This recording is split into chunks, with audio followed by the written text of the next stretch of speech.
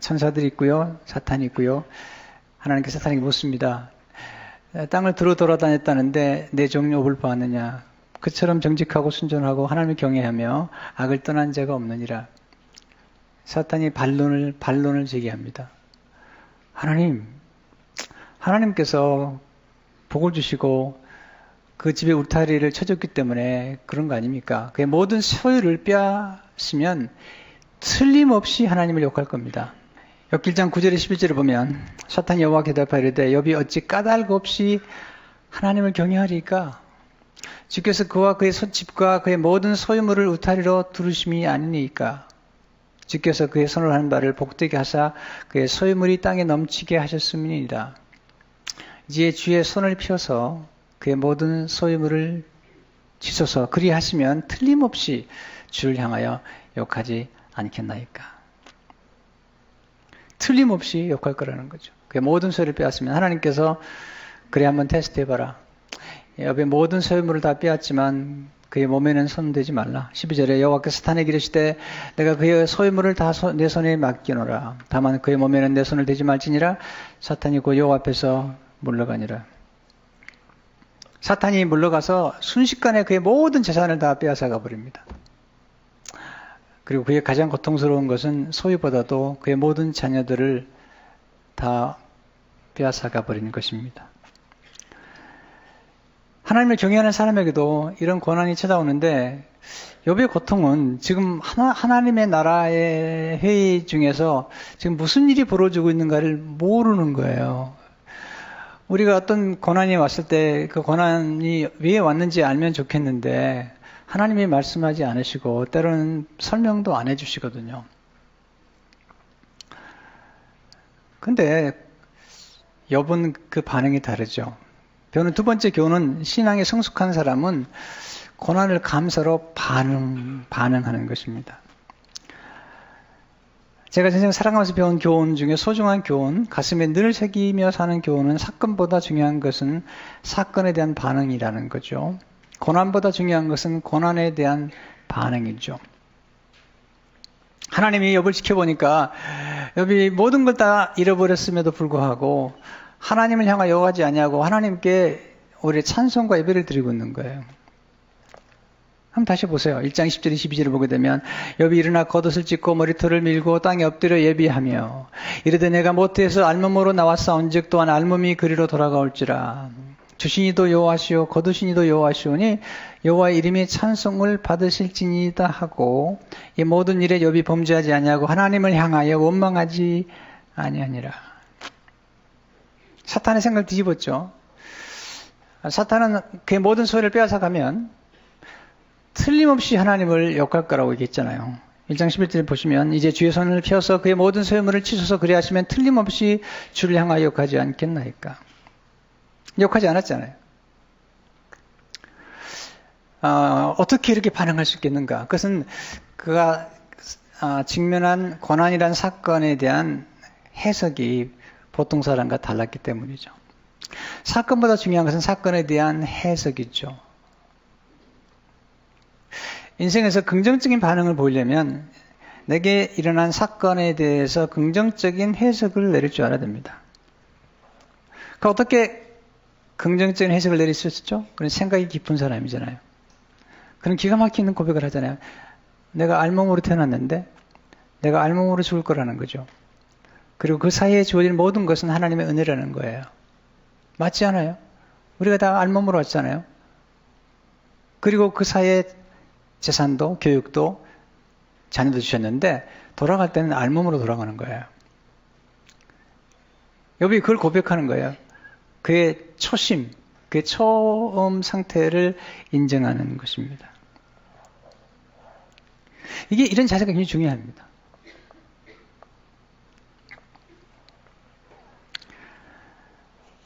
하나님께서 이런 고백을 하고 있는 욥을 지켜보시고 너무 자랑스러워서 사탄에게 묻습니다.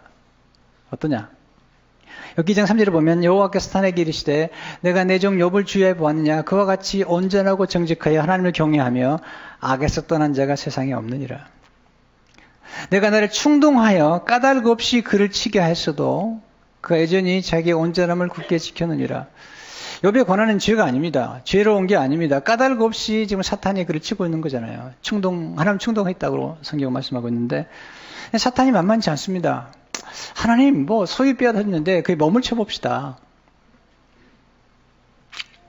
2장 4절 5절을 보면 사탄이 여호와께 대답하되 가죽으로 가죽을 바꾸오니 사람이 그의 모든 소유물로 자기의 생명을 바꾸올지라. 이제 주의 손을 펴서 그의 뼈와 살을 치소서 그리하시면 틀림없이 주를 향하여 욕하지 않겠나이까. 하나님께서 말씀하십니다. 뼈와 살을 치지만 생명은 건드려서는 안 된다. 2장 6절에 보면 여호와께서 사탄에게 이르시되 내가 그를 내 손에 맡겨놓으라. 다만 그의 생명은 해하지 말지니라. 사탄이 물러가서 욥의 뼈와 살을 치는데 욥이 너무 고통스러워서 질그릇 조각으로 몸을 긁습니다. 2장 7절 8절 보면 사탄이 여호와 앞에서 물러가서 욥을 쳐서 그의 발바닥에서 정수리까지 전기가 나게 한지라. 욥이 제 가운데 앉아서 질그릇 조각을 가져다가 몸을 긁고 있더니 기가 막히죠. 욥의 모습을 지켜본 그의 아내가 와서 하나님을 욕하고 죽으라고 말하죠. 9절에 보면 그의 아내가 그에게 이르되 당신이 그래도 자기의 온전함을 굳게 지키느뇨 하나님을 욕하고 죽으라. 대단한 여자입니다. 아주 훌륭한 여자입니다. 하와를 유혹했던 그 사탄이 이제는 욥의 아내를 유혹하고 충동질해서 욥을 힘들게 하는데 그 아내의 막말 앞에서도 욥이 반응이 놀랍습니다. 10절에 보면 그가 이르되 그대의 말이 한 어리석은 여자의 말 같도다. 우리가 하나님께 복을 받았은즉 화도 받지 아니겠느냐 하고 이 모든 일에 욥이 입술로 범죄하지 아니하니라. 여러분 이런 고백을 하면 사탄이 이길 수가 없습니다. 고난이 이길 수가 없는 것이죠. 우리 교통사고만 한번 나도 누가 차만 끼어들어도 하나님이 향해서 삿대질 하잖아요. Why me? 욥은 그렇지 않아요. 욥은 달라요. 하나님께 복을 받았다면 치료부 문제나 화도 받을 수 있지 않겠느냐 하는 거죠. 우리가 고난을 당할 때 여러 가지 고난과 시험을 만날 때마다 하나님 우리에게 긍정적으로 반응하래요. 야고보서 2장 2절 1절에 보면 내 형제들아 너희가 여러 가지 시험을 당하거든 온전히 기쁘게 여기라. 여러분 고난의 순간에도 하나님을 생각했어요. 하나님이 주신 복을 생각했어요. 그동안 받은 은혜를 생각했잖아요. 우리가 좀 성숙해질 필요가 있습니다. 생각이 깊어야지 성숙해집니다. 성숙이란 무르익는 거죠. 언제 무르익죠? 여러분 한여름에 푸른 사과가 가을이 되면 철을 맞이하면 붉은 사과가 되잖아요. 이게 무르익는 거잖아요. 봄 그리고 뜨거운 여름 태양볕과 그리고 폭풍우를 견뎌낸 후에 푸른색이 붉은색으로 신사과가 단사과로 바뀌는 거잖아요. 우리도 전체를 좀 볼 필요가 있고요. 그리고 좀 우리 삶이 좀 무르익을 필요가 있어요. 좀 성숙해질 필요가 있어요. 왜 감사가 그토록 중요할까요? 세 번째 감사는 고난을 영광으로 바꾸는 능력이라는 거죠. 고난을 영광으로 바꾸는 거죠. 그래서 우리가 조심할 게 하나 있습니다. 우리가 고난을 감사로 반응했다고 당장 좋은 일이 일어나지 않을 수도 있다는 겁니다. 아니, 많습니다. 욥이 모든 걸 다 잃어버렸을 때 하나님을 찬미했다면 그 다음에 병은 안 걸려야죠. 아니, 그의 몸에 병이 들었을 때 감사했다면 당장 고침을 받아야죠. 그렇지 않아요. 고난이 계속됩니다. 3장에서부터 41장까지 아주 혹독한 시련과 고난이 계속됩니다. 그 과정에서 그는 절망합니다. 낙담합니다. 애통합니다. 그리고 괴로워합니다. 근데 거기서 그런 과정을 통해서 사실 욥은 무르익게 됩니다. 그리고 욥이 고난을 잘 견뎠다고 그가 쉽게 견뎠다고 생각하지 마세요. 남자라고 쉬운 게 아닙니다. 지난주간에 신경림 시인이 쓴 갈대라는 시를 읽는 중에 욥을 생각했습니다. 갈대. 언제부턴가 갈대는 속으로 조용히 울고 있었다. 그런 어느 밤이었을 것이다. 갈대는 그의 온몸이 흔들리고 있는 것을 알았다. 바람도 달빛도 아는 것, 갈대는 저를 흔드는 것이 제 조용한 울음인 것을 까맣게 몰랐다. 산다는 것은 속으로 이렇게 조용히 울고 있는 것이라는 것을 그는 몰랐다. 우린 가끔 흔들리잖아요. 조용한 울음을 울 수밖에 없는 상황이잖아요. 어제 결혼식 마치고 이렇게 대화하는 중에 한 집사님이 제게 물었습니다. 목사님이 그 어려움을 당할 때 혹시 죽고 싶지는 않았습니까? 왜 죽고 싶지 않았겠어요? 저는 그 어려움 순간들을 남기면서 아주 하늘이 무너져 내리는 그런 무거운 압력을 수없이 경험했어요. 내가 나을 수만 있다면, 피할 수만 있다면 피하고 싶었던 순간들이 얼마나 많은데요. 거의 미칠 뻔했어요. 그래서 선택한 게 성경 암송이에요. 그래서 영어로 성경을 암송하기 시작했어요. 왜냐면 한글보다 영어가 더 어렵잖아요. 그래서 요한복음 15장부터 암송하면 15장, 14장, 16장 이렇게 암송하고 다시 1장, 2장, 3장, 4장 그렇게 암송하는 중에 그 어려운 고통 기간 동안에 영어로 요한복음을 7장을 암송했어요. 그런 이런 생각이 들었습니다. 조금 더 길어지면 내가 21장을 다 외우겠구나. 다행히도 7장을 암송하는 중에 고난이 끝이 났어요. 물론 끝이 났다고 계속 고난이 없는 건 아니지만 저는 조용히 울었습니다. 그리고 온몸이 흔들리는 것을 경험했습니다. 감사가 무슨 능력일까요? 감사는 고난을 품어 영광으로 바꾸는 능력이죠. 성경은 고난에 대한 유익을 많이 강조합니다. 그리고 고난을 거친 끝자락에 영광이 있음을 말해주고 있습니다. 고난을 품어야 됩니다. 자, 진주가 어떻게 만들어지죠? 자주 생각하는 애화잖아요. 조개에 이물질이 들어갑니다. 그것이 어떤 조개 껍질일 수도 있고요. 어떤 모래 알일 수도 있는 거잖아요. 들어왔을 때 조개가 아프죠. 상처를 받죠. 그걸 내뱉어버리면 진주가 만들어지지 않습니다. 그걸 품고 또 싸고 싸는 중에 진주가 만들어지죠. 상처의 크기가 진주의 크기를 결정하는 거잖아요. 조개가 고난을 품은 것처럼 고난을 품었을 때 영광이 되죠. 주님이 말씀하셨어요. 누가복음 24장 20절에 보면 그리스도가 이런 고난을 받고 자기 영광에 들어가야 할 것이 아니냐 하시고 고난이 힘들지만 고난 끝자락에 나오는 영광은 비교할 수 없는 거죠. 로마서 8장 18절에 보면 생각하건대 현재의 고난은 장차 우리에게 나타날 영광과 비교할 수 없도다. 우리가 성경적인 안목으로 고난의 그 축복과 고난의 신비로운 역설적인 하나님의 은혜를 안다면 고난이 왔을 때 그를 품을 수 있는 여유가 생기는 거죠. 두 번째 감사는 고난을 끝까지 견디게 하는 능력이잖아요. 욥의 인내는 끝까지 견뎠다는 거죠. 그러므로 그의 인생이 정금처럼 빛났죠. 욥기 23장 10절에 보게 되면 그러나 내가 가는 길을 그가 아시나니 나를 단련하시는 내가 순금같이 되어 나오리라.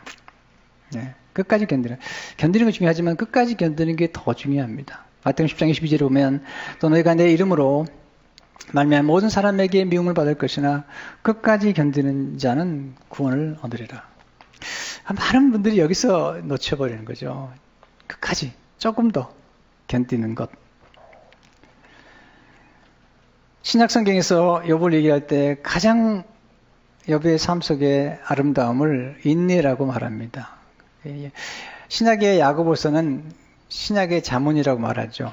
그리고 신약의 야고보서는 성숙한 그리스도인의 모습을 보여주는데 성숙한 크리스천의 절정을 인내라고 말합니다. 그러면서 예를 드는 한 사람이 욥이죠. 야고보 5장 11절에 보면 보라 인내하는 자를 보기를 우리가 복되다 하나니 내가 욥의 인내를 들었고 주께서 주신 결말을 보았거니와 저는 가장 자비하시고 긍휼히 여기는 이시니라. 여기서 우리가 하나님 어떻게 역전의 드라마를 만드시는가? 하나님은 감사하는 사람에게 역전의 드라마를 만들어 주신다는 겁니다. 역전. 참 기가 막힌 표현이죠.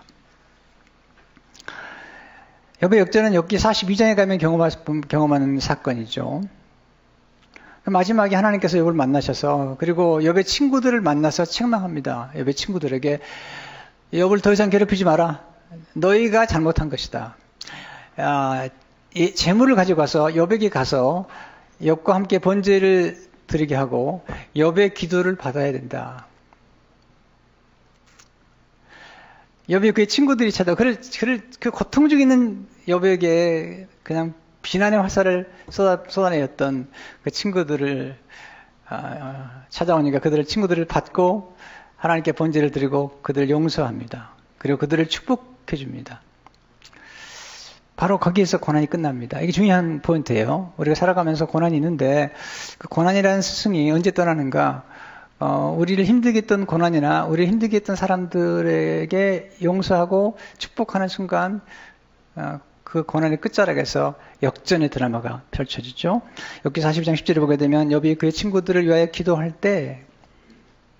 기도한 후에 after 여호와께서 욥의 곤경을 돌이키시고 여호와께서 욥에게 이전 모든 소유받아 갑절이나 주신지라.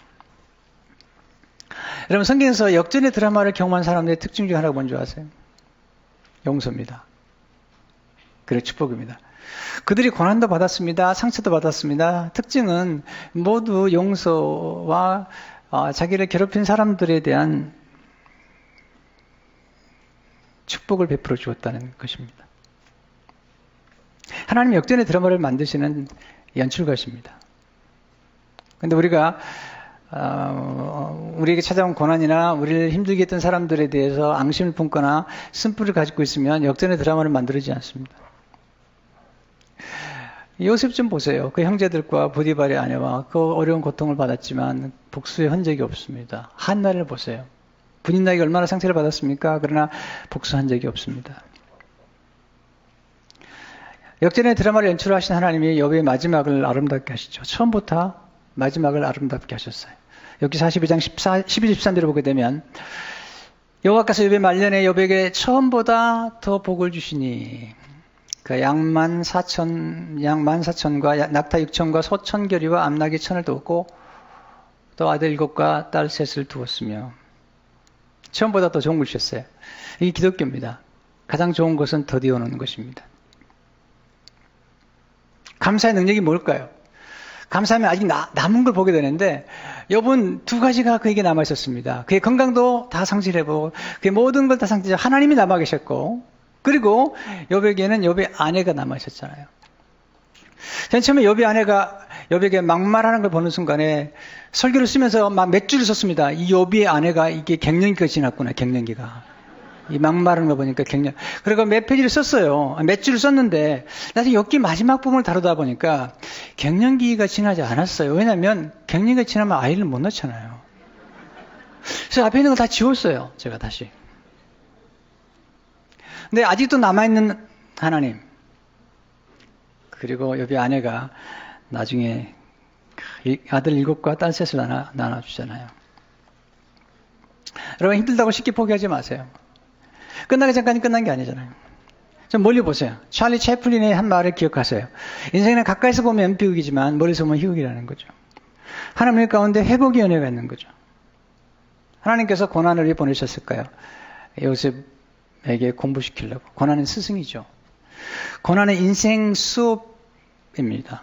우리는 고난을 통해서 더 인생을 깊이 알게 되죠. 고난은 상실 수업이죠. 우리 생애 가운데 상실의 경험을 하지 않은 사람이 어디 있겠어요? 언젠가는 우리 주위에, 우리 곁에 우리가 가장 귀하게 여기고 사랑하는 것들이 상실될 수 있다는 것은 이건 피할 수 없는 겁니다. 예수님도 고난을 피하지 못하셨잖아요. 상실 수업에 대해서 가장 탁월한 글을 남긴 분 중에 한 분이 엘리자베트 퀴블러스 로스라는 분인데 이분 글이 참 감동을 주죠. 그러면 이렇게 말합니다. 상실의 경험을 통해 우리가 얼마나 성장했는지는 한눈에 드러나지 않습니다. 그러나 우리는 성장합니다. 상실로 인해 고통받은 적이 있는 사람은 결국 더 강해지고 더 온전한 존재가 됩니다. 고난 역전의 드라마를 만드는 낯선 손님이죠. 여러분, 때로 낯선 손님들이 우리에게 얼마나 놀라운 축복을 가져온지 아십니까? 근데 욥의 생애 가운데 가장 놀라운 축복은 그 하나님을 경험한 것에 대한 감사라는 거죠. 이게 욥의 신앙의 절정입니다. 하나님을 경험한 것이 그에게 가장 큰 축복이라는 거예요. 그래서 욥기 42장 5절을 보게 되면 그가 뭐 나중에 많은 재산을 가진 게 아니고 그의 고백 좀 들어보세요. 내가 주께 대하여 귀로 듣기만 하였사오나 이제는 눈으로 주를 배움나이다. 그러므로 내가 스스로 거두어드리고 티끌과 제 가운데서 회개하나이다. 여러분, 가장 중요한 게 뭘까요? 하나님께서 욥의 고난을 보내셔서 욥으로 하여금 가장 중요한 경험을 하게 하셨는데 하나님을 경험하게 하시고 하나님의 가장 소중한 분이라는 사실을 깨닫게 하죠. 여러분, 하나님은 고난을 낭비하지 않습니다. 여러분이 고난을 낭비하지 않는 길은 고난에 대해서 원망하거나 불평하면 고난을 낭비하게 됩니다. 그럼 고난을 통해서 하나님을 더 깊이 경험할 수 있다면, 그리고 고난의 유익을 알 수 있다면 고난이 축복이 될 수 있다는 거죠. 시편 119편 71절 오면 고난당한 것이 내게 유익이라 이로 말미암아 내가 주의 윤례들을 배우게 되었나이다. 여러분, 제가 미숙할 때는 말이죠, 제가 좋아하는 것이나 좋아하는 사건이나 좋아하는 대상만 좋아하는 경향이 있었습니다. 그리고 그걸 사랑했는데 지금은 나이가 들어가면서 조금 좀 성숙해 가면서 지금은 내가 좋아하지 않는 것, 내가 좋아하지 않은 사건, 내가 좋아하지 않는 사람까지도 사랑할 수 있는 사랑의 커퍼시티가 늘었습니다. 우리 주님은 우리에게 말씀하셨잖아요. 너희가 서로 좋아하라고 말씀하지 않았고요. 서로 사랑하라고 말씀하셨어요. 인생을 조금 더 살아가면서 경험하는 게 뭔지 아세요?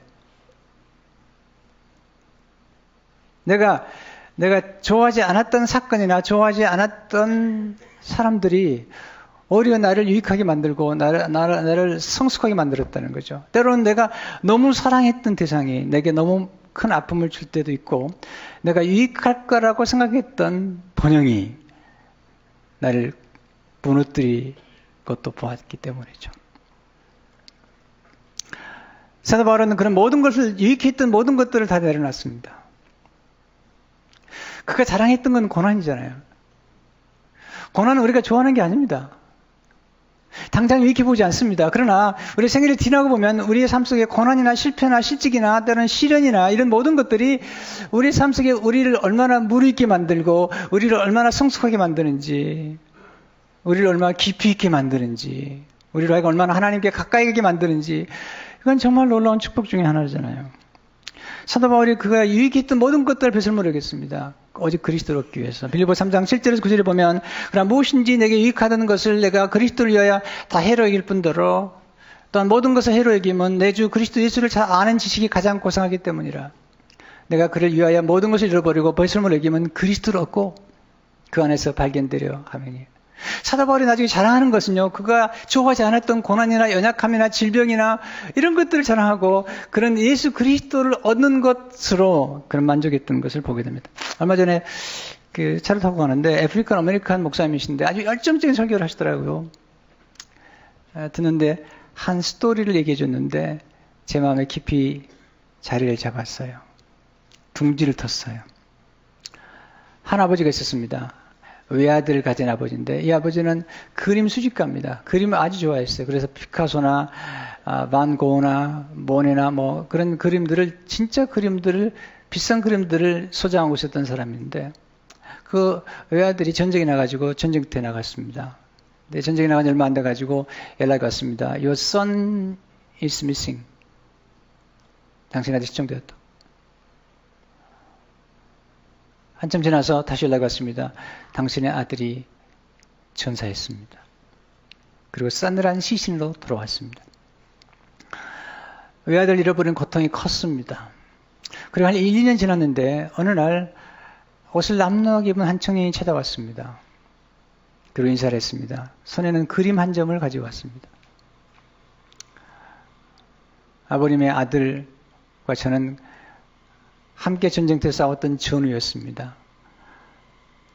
아버님의 아들은 너무나 아름다운 전사를 했습니다.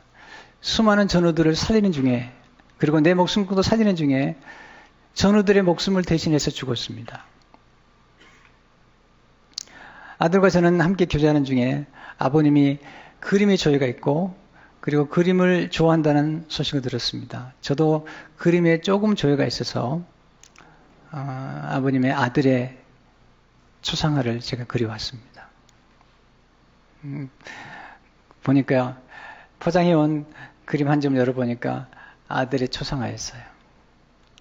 이 아버지가 늘 가장 소중한 자리에 두었던 피카소와 반 고흐의 그림을 제쳐놓고 그 아들의 초상화를 붙여놓고 늘 아들을 생각했어요.